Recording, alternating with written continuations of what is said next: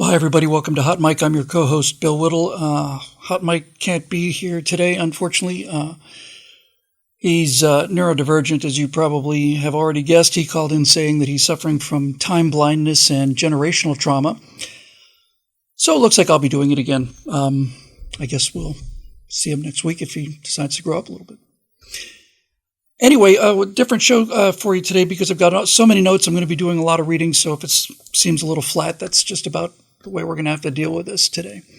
One of the most misquoted lines of all time is "history repeats itself." The actual line is, "Those who cannot remember the past are condemned to repeat it." That was George Santayana in his Life of Reason, 1905. History doesn't repeat itself, but the lessons of history do. And the war in Ukraine is the largest war in Europe since World War II. About as many people have been killed in the war in Ukraine as during the Battle of Stalingrad, and that's about as bad as it got. So this is a meat grinder of almost unbelievable proportions. And since this is the worst worst war in Europe since World War II, I think it's probably useful to go to World War II to look for some examples, some lessons from history, to see what we can learn about this. Now, everybody is taking a close look at the meeting between Donald Trump, J.D. Vance, and Vladimir Zelensky. And they're examining every minute detail of that catastrophic meeting. And as a historian, it's my inclination to want to take a step back and try to remember the past so that we don't have to repeat it. So the real question, of course, during the meeting, the thing that everybody's talking about, just simply won't stop talking about, was who's at fault during that catastrophe? Was it Trump? Was it Vance? Was it Zelensky? Was it both of them or neither of them? Well, since it's the biggest war in Europe since World War II, let's go back to World War II and see if there's any lessons we can learn about this current nightmare in Ukraine. Because I would like to compare Zelensky's attitude with regard to the United States with that of Winston Churchill during World War II. There's lots and lots of similarities there. Both countries were facing invasion. Zelensky immediately rose to prominence and faced the biggest ground war in Europe since World War II, stepped up to his moment in history. Winston Churchill became prime minister on May 10th of 1940. That was the day that the Germans invaded France, and within the space of 6 weeks would knock Winston Churchill's only ally out of the war completely, leaving him standing there completely alone. Both of these men are historic figures and showed enormous moral courage when the moment really mattered. At the beginning of the invasion, Zelensky was famously offered a helicopter ride out of there, and he said, "The fight is here. I need ammunition, not a ride." Now, when I heard that, I thought and I said that was positively Churchillian. So for Zelensky and Ukraine to absorb a year of brutal invasion only to push the enemy back felt a lot like the Battle of Britain to me. Never in the history of Ukraine has so much been owed by so many to so few. But then 2 years of stalemate and trench warfare have ground things down to a halt. And now time is on Putin's side, because where the battle lines are drawn is where the conflict will stay. And it suits Putin to stay with a fifth of Ukraine already swallowed up by Russia. Now, Europe, of course, is promising and failing to help come to the rescue of Ukraine. The United States has long been asking the European Union to raise its defense spending to 2% of their GDP. It's been about 1.5%. The U.S. has been spending about 3% of GDP in the last several decades, and it got up to 10% during the Cold War. So at the time of the invasion in 2022, the United States was spending about twice as much, it's 100% more, than the EU was on defense. But in terms of actual dollars, it's much worse than that. As President Trump said, the U.S. has spent about $350 billion defending Ukraine, while the European Union has supplied less than a third of that, about $100 billion. The European Union spent about a third of what we spent, less than a third, for a war in Europe. Which brings us to the attitude problem and our comparison with Churchill. For the moment he was named prime minister on May 10th of 1940, again, that's the day that Germany invaded France, Churchill's only real ally once France had fallen would be the United States. And until the Japanese attack on Pearl Harbor on December 7th of 1941, the United States was not Britain's ally. The United States was Britain's friend. And there's a very, very big difference. Churchill, like Zelensky, was up against the wall. The survival of his nation was at stake. Its very survival was on the line. And since the U.S. was officially neutral with regard to Germany during that time, just before the outbreak of World War II for the United States could not simply give Britain weapons without violating its neutrality with Germany. But we wanted to because we weren't allies in 1940. We were friends. So in order to solve this problem, Franklin Delano Roosevelt came up with something called the Lend-Lease program. We're not going to sell them weapons. We're just going to lend them some. We're going to lease them some. And they'll pay us back later. And despite the fact that Britain had been, for at least a century and arguably two, the most powerful nation in the world, Britain didn't have the money to pay for American aid. They were spending every single pound they had fighting for their lives, trying to keep the Germans out of the Channel. So in exchange for 50 obsolete destroyers, World War I destroyers, rust buckets, many of which were barely seaworthy, some of them were barely afloat, Britain gave the United States in exchange 99-year leases on bases in Newfoundland, Bermuda, Bahamas, Jamaica, St. Lucia, Trinidad, Antigua, and Guyana. It was a measure of just how near run the Battle of the Atlantic was for Great Britain that 50 obsolete American destroyers actually made a difference. Now, Zelensky, by contrast, has asked for and received enough money from the United States not to buy 50 obsolete rust buckets, but 140 state-of-the-art Flight 3 Arleigh Burke-class guided missile destroyers. They're the most powerful surface warships ever built, and they are the state-of-the-art. He's had enough money to buy 140 of those, and in exchange, he's offered the United States nothing. Now, if you're one of those people who finds the idea of the United States expecting something in return for rushing to the aid of a friend, let me just say this. The United States did not get the 99-year leases on those old British possessions in the Western Hemisphere. I know this because I grew up on one of those territories in Bermuda. Kinley Field, later became Kinley Air Force Base, was established in 1943. By 1970, it became Naval Air Station Bermuda, and it, along with all U.S. military presence on the island, was handed back to Great Britain through Bermuda in 1995. It's now Bermuda International Airport. That was a 52-year lease, by far the longest of all the territories. The concession in Newfoundland was returned to Canada in 1961. The U.S. vacated the Bahamas, Trinidad, and Antigua in 1949. We left Jamaica in 1948, St. Lucia in 1947, and Guyana in 1974. A rapacious America had a right to maintain those leases for 99 years, which would be through the year 2039. The real America, on the other hand, gave them back and gave back most of them after 5 years. All of the installations built by the U.S. and paid for by the American taxpayer also went on to become key parts of those host countries' infrastructure. When Hitler declared war on the United States of America on December 11, 1941, that's 4 days after the Japanese attack on Pearl Harbor, the relationship between Britain and the United States instantly changed because we were no longer friends. From that moment forward, we were allies.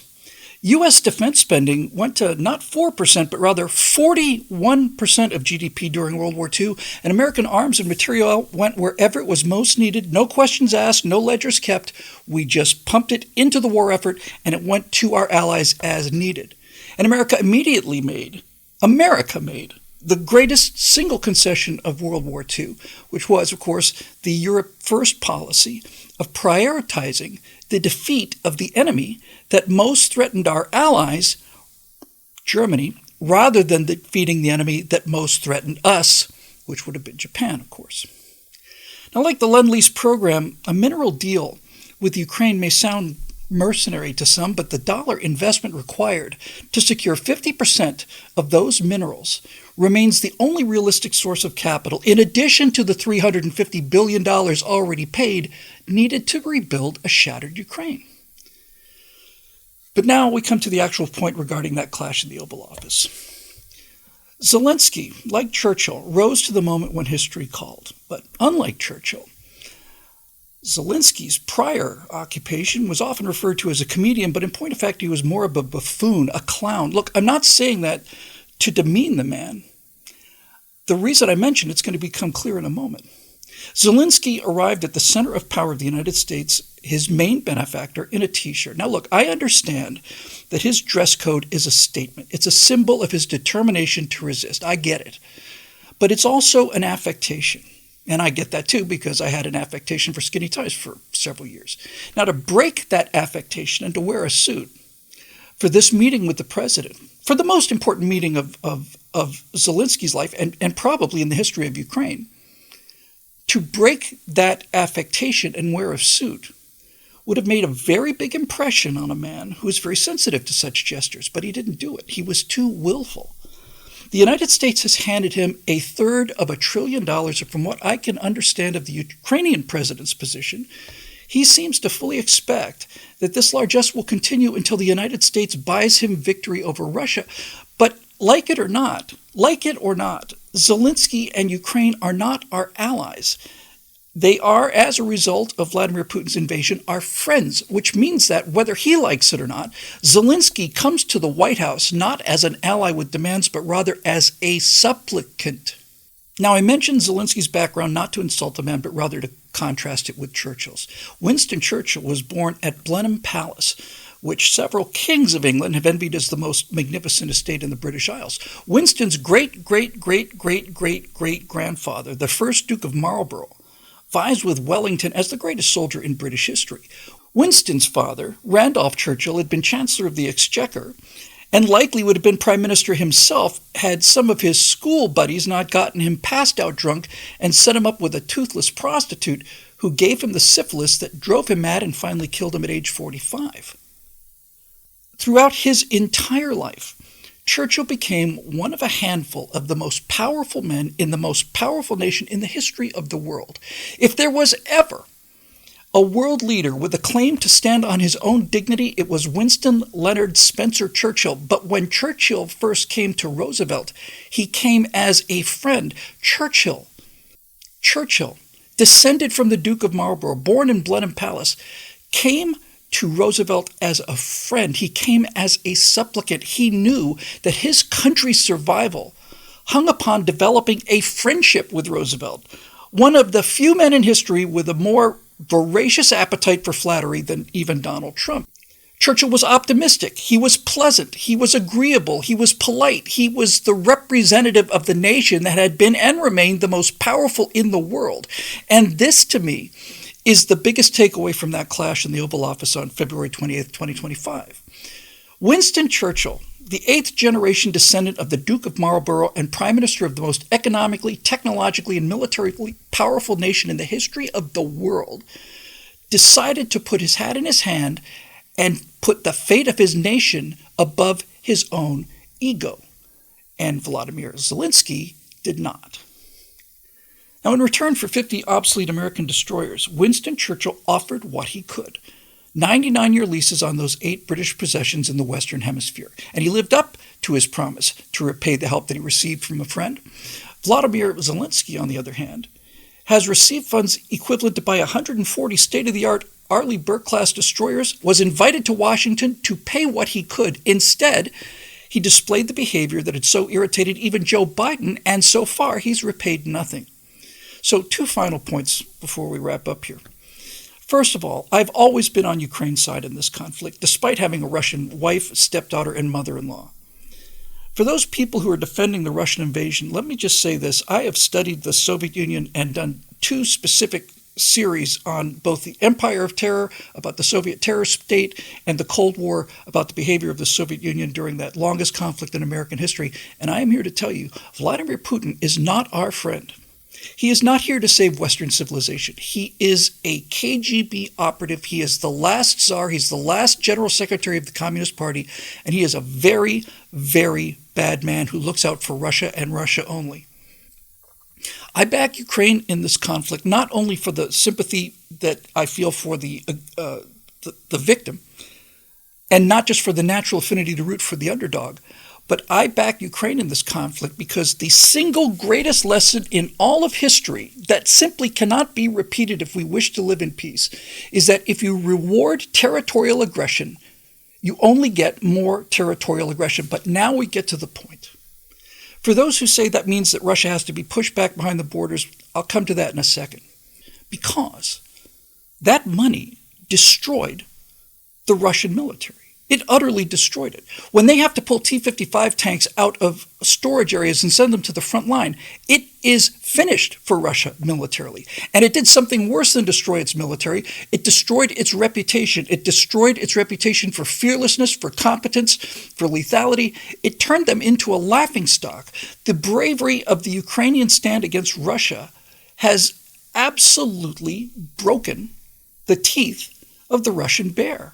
It's going to take them, they destroyed their Black Sea fleet as well. It's going to take them decades to recover. And Ukraine remains armed to the teeth. They're not a member of NATO. They're not going to be a member of NATO, but they're armed to the teeth. And the mineral deal provides protection against aggression in a brilliant way. You see, when Hitler invaded Poland, that sharpened his sword for the invasion of France. The invasion of France sharpened his sword for the invasion of Russia. But Putin's invasion of Ukraine didn't sharpen the Russian sword, it shattered it. It shattered it as surely as Hitler's invasion of Russia had shattered the German one. He has been stopped. And not only has it been stopped, his war machine has been destroyed by Ukrainians and American and European weapons. Second point I want to make is as soon as the fireworks died down, I was reminded of another historical incident.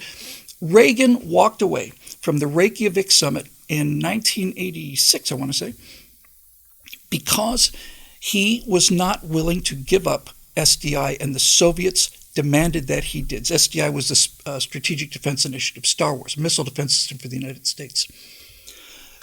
There was a deal on the table to eliminate nuclear weapons all over the world. I lived through that period. I thought this was the biggest mistake of my life. I was enraged at Ronald Reagan for walking away from our last chance to save the world. But Reagan knew that a deal that was not good for the United States' interests long-term was simply a deal that he could not take. So he walked away. When the Soviets realized that we were going ahead with SDI regardless of whether they agreed or not, that really was the beginning of the end of the Soviet Union. Trump understands that the most important part of negotiation is you have to be willing to walk away, and that's exactly what he did. And in the end, as a result of this, Zelensky got himself a slap in the face.